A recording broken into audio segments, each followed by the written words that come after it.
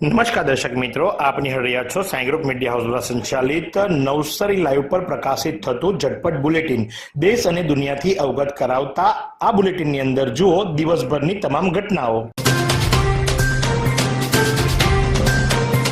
સુરતના પૂર્ણામાં શિક્ષિકા દ્વારા વિદ્યાર્થીને ભગાવી જવાનો મામલો। શિક્ષિકા અને વિદ્યાર્થી બંને મળી આવ્યા, શામળાજી બોર્ડર પાસેથી મળી આવ્યા। બંનેને પૂર્ણા પોલીસ સુરત લઈ આવવા રવાના થઈ।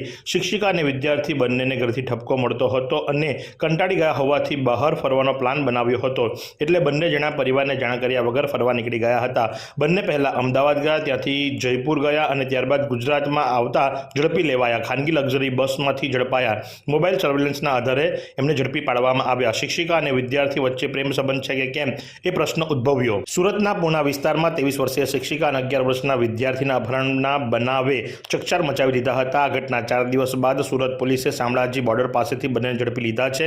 પોલીસે શિક્ષિકા અને વિદ્યાર્થીને કસ્ટડીમાં લઈ સુરત તરફ પરત આવવાની તૈયારી શરૂ કરી દીધી છે। આ ઘટનાને પગલે શહેરમાં ભારે ચર્ચા જાગવા પામી છે અને પોલીસ શિક્ષિકાના ઈરાદાની ઊંડાણપૂર્વક તપાસ કરી રહી છે।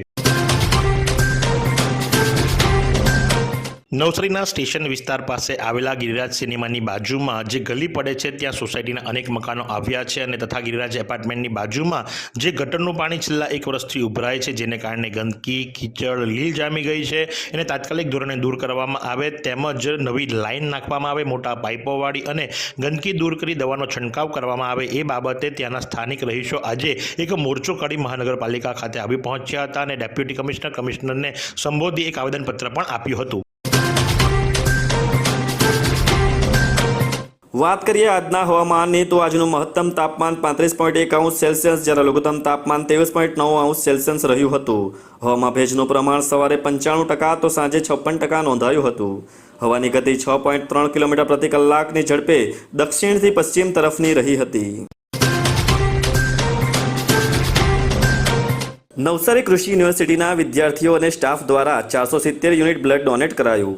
નવસારી કૃષિ યુનિવર્સિટી નવસારીના ફાઉન્ડેશન દિવસની 3જી ઉજવણી અંતર્ગત નિયામક વિદ્યાર્થી કલ્યાણની કચેરી, Red Cross society Navsari, Lions club Navsari અને સ્નેહ સેતુ ચેરિટેબલ ટ્રસ્ટ નવસારીના સંયુક્ત ઉપક્રમે તારીખ 7 અને 8મી એપ્રિલના રોજ બ્લડ ડોનેશન કેમ્પનું આયોજન કરવામાં આવ્યું હતું।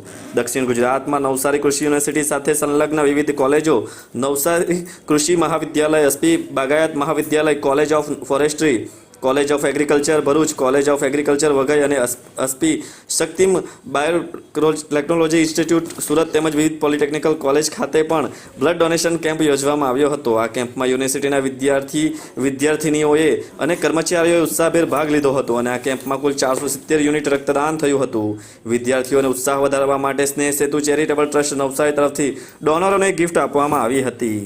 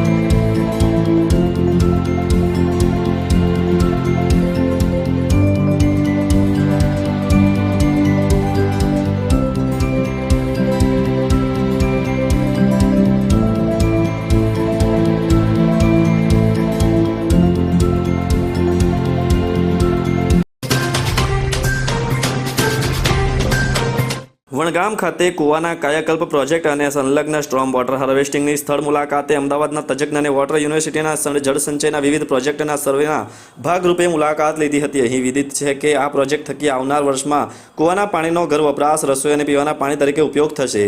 સમગ્ર પ્રોજેક્ટની વિગત અને આનુષાંગિક માહિતી જીગરભાઈ પટેલ અને કૌશિકભાઈ પટેલ વતી આપવામાં આવી હતી।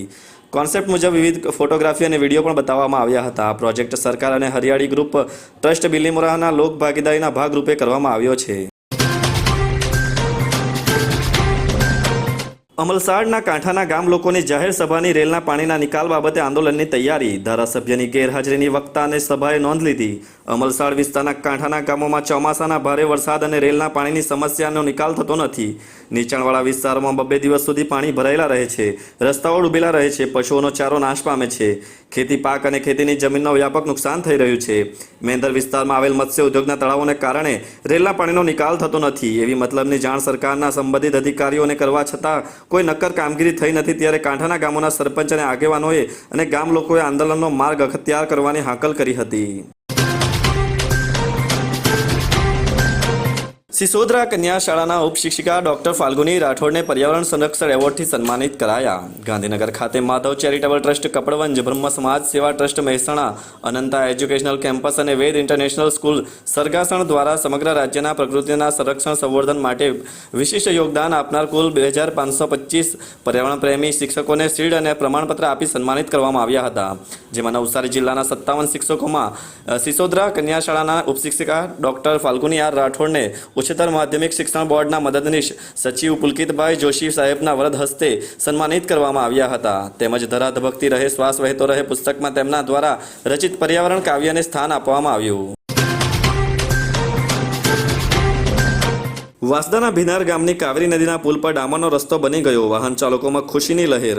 હજી 12 કિલોમીટર રસ્તાનું નવીનીકરણ કરવામાં આવશે. ઉનાઈથી વાંસદા તરફ જતા ભીનાર ગામની પસાર થતા કાવેરી નદી ઉપરના પુલનો રસ્તો બનાવવાનું કામ શરૂ કરાયું. કાવેરી નદી પર નવનિર્મિત પુલને તંત્ર દ્વારા લોકોની અવરજવર માટે ખુલ્લો મૂકી દેવાયો હતો, પરંતુ પુલની આગળ પાછળનો રસ્તો જ ન બનાવાતા ત્યાંથી વાહનો પસાર થાય ત્યારે ધૂળની ડમરીઓ ઉડતી હતી, જેને કારણે વાહન ચાલકોને વાહન ચલાવવામાં મુશ્કેલી પડી રહી હતી. સાથે જ અકસ્માત થવાનો ભય પણ સતાવી રહ્યો હતો. આ અંગેનો અહેવાલ ઝટપટ ન્યૂઝમાં પ્રસિદ્ધ કરાતા આખરે તંત્ર દ્વારા રસ્તાનું નિર્માણ શરૂ કરી દેવાયું છે. आइसक्रीम हमारे यहाँ रोज चाहिए, और वो भी रिफ्रेश के आइसक्रीम मिक्स. 5 से ज्यादा वैरायटीज. सर्च करो, क्लिक करो, लाइफ को रिफ्रेश करो.